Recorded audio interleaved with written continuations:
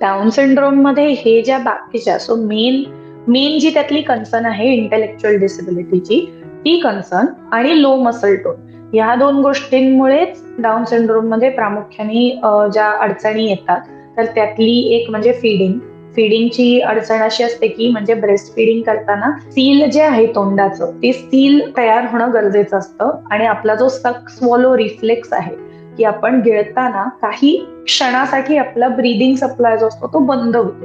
त्यामुळे आपल्या बॉडीला अगदी लहान वयापासून ते ब्रीदिंग आणि स्वॉलोइंग याचं कोऑर्डिनेशन करायची बेसिकली ते स्किल आपली बॉडी शिकत असते. ते आपल्या हातात नसतं, ते आपलं आपलं बॉडी करत असते. पण लो मसल टोनमुळे कधी कधी ह्या रिफ्लेक्सला, ह्या स्किलला पण ते शिकायला मुलांमध्ये अडचणी येतात. त्यामुळे फीडिंग ही मेन एक कन्सर्न असते. लँग्वेज डेव्हलपमेंट जसं म्हणलं जसं की इंटेलेक्च्युअल डिफिकल्टी असल्यामुळे भाषा शिकणे आणि ती भाषा आपली आपली शिकणे याच्यामध्ये मुलांना वेळ लागू शकतो. त्याच्यामुळे तिथे एक डिले आढळतो.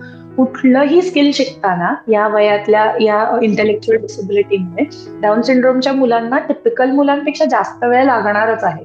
त्यामुळे तो जास्त वेळ देऊन त्यांना आपल्याला तिथे तो सपोर्ट करत करत पुढे जावं लागतं. तोंडाचा आकार आणि जिभेचा आकार याच्यामुळे या मुलांमध्ये उच्चारांच्याही अडचणी असू शकतात. आणि याच्यातले जे सेन्सरी आणि लो मसल टोन असल्यामुळे जे काही तोंडाचे जे काय म्हणतात त्याला, तोंडाच्या बेसिक गोष्टी ज्या आहेत, उदाहरणार्थ काय दात घासणे, चूळ भरणे, ह्या गोष्टी कधी कधी लहान मुलेही करू देत नाही आणि त्याच्यामुळे बऱ्याचदा त्यांच्या दातांच्या हेल्थकडे निग्लेक्ट होतो आणि मग दात पण छान नसल्यामुळे परत ते उच्चारावरती त्याचा परिणाम होतो. त्यामुळे हे सगळं एकत्रितपणे येतं आणि होलिस्टिकली त्या मुलाकडे बघायला लागतं. त्यामुळे डाऊन सिंड्रोमचा जर का फक्त आपण स्पीच लँग्वेज कम्युनिकेशन किंवा स्पीच थेरपिस्टच्या पॉईंट ऑफ व्ह्यूने विचार केला तर लँग्वेज डिले, फीडिंग आणि मिसआर्टिक्युलेशन ह्या 3 प्रॉमिनंट कन्सर्न्स असतात.